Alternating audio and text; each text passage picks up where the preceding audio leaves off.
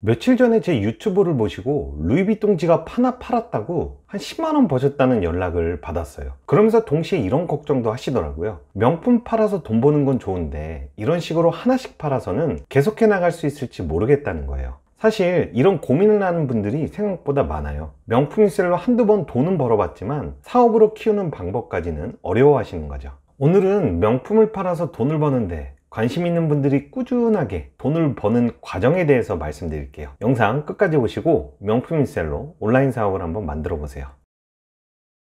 안녕하세요. 온라인에서 명품 파는 메타포입니다. 명품을 팔아서 돈을 버는 방법은 의외로 간단해요. 현재 인기 있는 명품들을 시장 가격보다 싸게 사서 비싸게 팔면 돼요. 아니면 시장 가격에 사서 명품의 인기가 높아진 다음에 프리미엄을 붙여서 판매해도 돈을 벌 수 있어요. 근데 대부분의 명품 리셀을 처음 시작하는 분들은 명품을 싸게 수입해오는 방법을 잘 모르잖아요. 그래서 보통 인기 명품을 시장 가격에 사서 프리미엄을 붙여서 팔게 됩니다. 저도 명품 리셀 처음 시작했을 때 그렇게 했어요. 프리미엄이 많이 붙는 인기 제품들 위주로 구매해서요 판매했는데요. 대표적인 게 샤넬이나 루이비통, 에르메스였죠. 국내나 일본에 있는 명품 매장에 가서 시장 가격의 제품들을 사가지고 파는 거예요. 프리미엄이 붙으면 시장 가격보다 더 비싸게 팔 수 있고요. 그 가격만큼 제가 돈을 벌게 되더라고요. 그래서 피가 많이 붙을수록 돈을 더 버는 구조예요.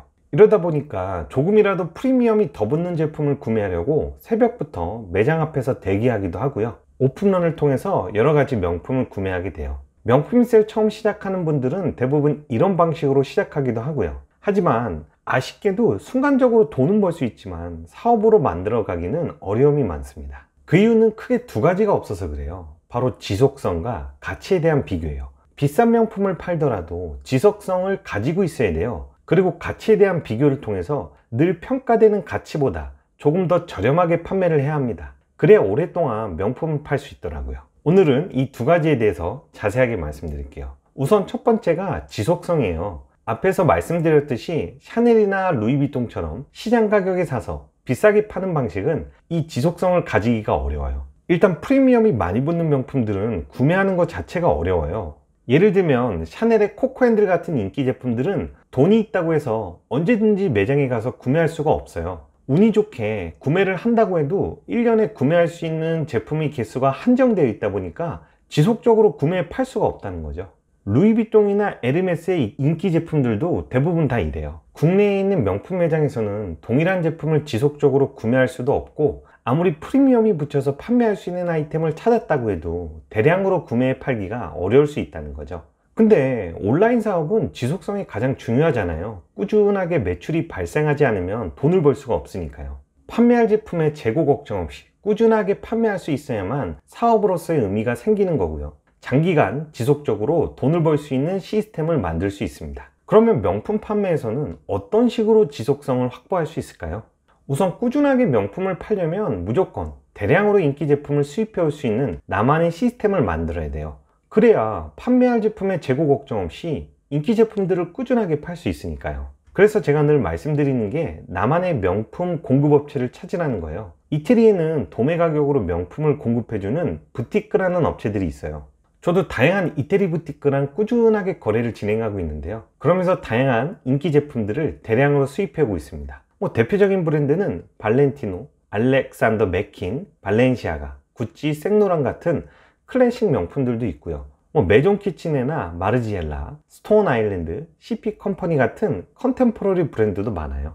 이처럼 다양한 브랜드의 의류나 신발, 가방이나 지갑 제품들을 대량으로 수입해 팔 수 있어야만 지속성을 가지고 명품 사업을 할 수 있습니다. 일단 판매할 제품의 수량이 많으니까 재고에 대한 걱정이 없고요. 꾸준하게 판매하는데도 아무런 문제가 없어요.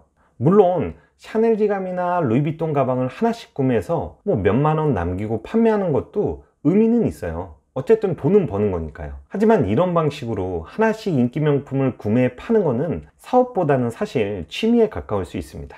명품 리셀을 취미가 아니라 사업이나 부업의 개념으로 확장하고 싶으면, 그리고 지속적인 매출을 만들고 싶다면 대량으로 명품을 수입하는 시스템을 꼭 만들어 보세요. 물론 사업 초기부터 100개 이상씩 대량으로 수입하라는 게 아니에요. 경험이 쌓이기 전까지는 5개, 10개 이런 식으로 조금씩 제품의 수량을 늘려나가면 됩니다. 그러면서 판매 경험을 만들고요. 사업의 규모도 같이 키워나가면 돼요.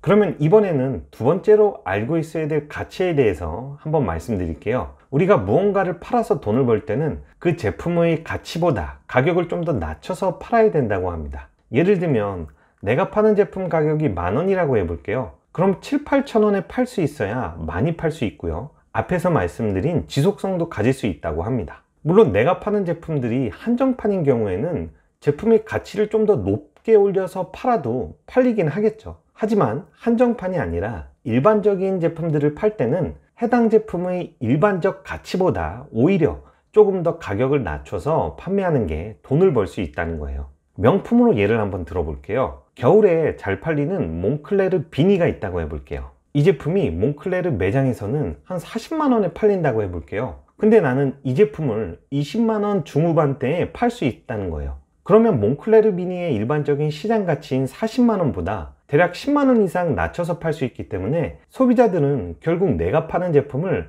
구매할 수밖에 없어요. 엄청 싸다고 느껴지니까요.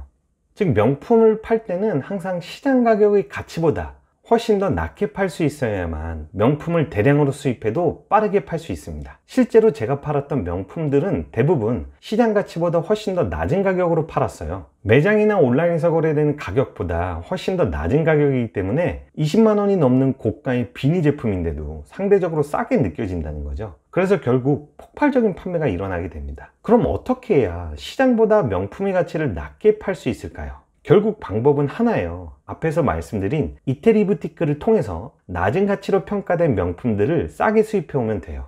그럼 이번에는 구찌 모자를 예로 한번 들어볼게요. 이 볼캡 제품이 구찌 매장에서는 70만원 정도에 판매가 돼요. 이게 구찌 본사에서 매긴 제품의 가치가 되는 거고요.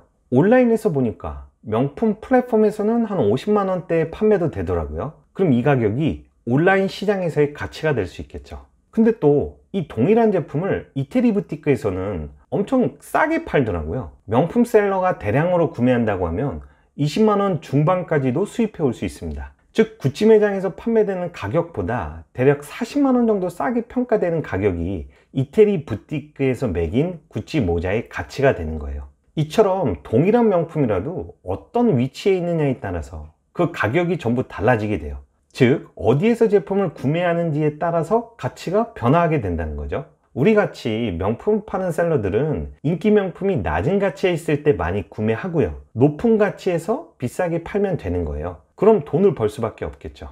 실제로 저는 이 구찌 모자들을 이태리 부티크에서 20만원 중후반에 대량으로 수입합니다. 온라인에서 평가내는 50만원 정도보다 오히려 조금 더 낮은 가격으로 판매를 했고요. 당연히 매장 가격보다는 훨씬 더 저렴하겠죠. 결국 40만원대에 해당 제품을 팔게 되니까 진짜 잘 팔리더라고요. 한창 더운 여름 시즌에는 하루에 10개 이상도 팔리던 아주 효자 아이템 중에 하나입니다. 근데 이런 명품 아이템들이 생각보다 정말 많아요. 클래식 명품이나 컨템포러리의 다양한 제품들을 이태리 현지에서의 낮은 가치에 있을 때 잔뜩 구매하고요, 한국으로 수입해서 명품 본사에서 매긴 가격 또는 온라인에 거래되는 가격보다 훨씬 더 낮춰서 팔면 쉽게 그리고 빠르게 팔 수 있어요. 그러면 어떻게 해야 인기 명품들이 낮은 가치에 있을 때 싸게 수입해 올 수 있을까요? 이것도 방법이 딱 하나더라고요. 이태리 부티크와 직접 거래를 하는 거예요. 그래야만 인기 명품들을 현지에서 싸게 수입해서 비싸게 팔 수 있어요. 명품이 생산되고 유통되는 그 시작점인 유럽 현지에서 구매하는 거죠.